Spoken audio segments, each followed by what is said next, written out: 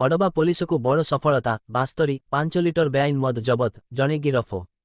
ଗଜପତି ଜିଲ୍ଲା ଅଡବା ଥାନା ପୋଲିସକୁ ବେଆଇନ ମଦ କାରବାର ବିରୁଦ୍ଧରେ ଏକ ବଡ଼ ସଫଳତା ମିଳିଛି। ଥାନା ଅନ୍ତର୍ଗତ ପଟୁମା ଗାଁରେ ବେଆଇନ ଭାବେ ମଦ ଗଚ୍ଛିତ ରଖାଯାଇଥିବା ସୂଚନା ପାଇ ପୋଲିସ ଚଢ଼ାଉ କରିବା ସହ ବିପୁଳ ପରିମାଣର ମଦ ଜବତ କରିଛି।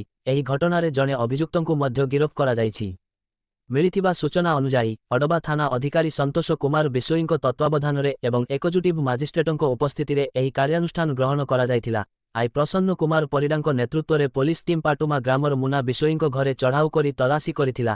ଏହି ଚଢ଼ାଉ ସମୟରେ ପୋଲିସ ଘର ଭିତରୁ 50 ଲିଟର ଦେଶୀ ମହୁଲି ମଦ, ଟି କିଙ୍ଗଫିସର ବିୟର ବୋତଲ ଏବଂ ଟି କିଙ୍ଗଫିସର ବିୟର କ୍ୟାନ୍ ସମେତ ସର୍ବମୋଟ 5 ଲିଟର ମଦ ଜବତ କରିଛି। ବେଆଇନ ଭାବେ ବିକ୍ରି କରିବା ଉଦ୍ଦେଶ୍ୟରେ ଏହି ସବୁ ମଦ ଗଚ୍ଛିତ ରଖାଯାଇଥିବା ଅଭିଯୋଗରେ ପୋଲିସ ଅଭିଯୁକ୍ତ ମୁନା ବିଶୋୟୀ 22 ଅଙ୍କୁ ଗିରଫ କରିଛି। ଏହି ବେଆଇନ କାରବାର ନେଇ ଅଡବା ଥାନାରେ ମାମଲା ନମ୍ବର 52-26 ରୁଜୁ କରାଯାଇ ପୋଲିସ ପକ୍ଷରୁ ଅଧିକ ତଦନ୍ତ ଜାରି ରହିଛି। ମୋହନା ବ୍ଲକରୁ ମନୋଜ କୁମାର ପାଢ଼ୀଙ୍କ ରିପୋର୍ଟ, ଜଗନ୍ନାଥ ନ୍ୟୁଜ 24।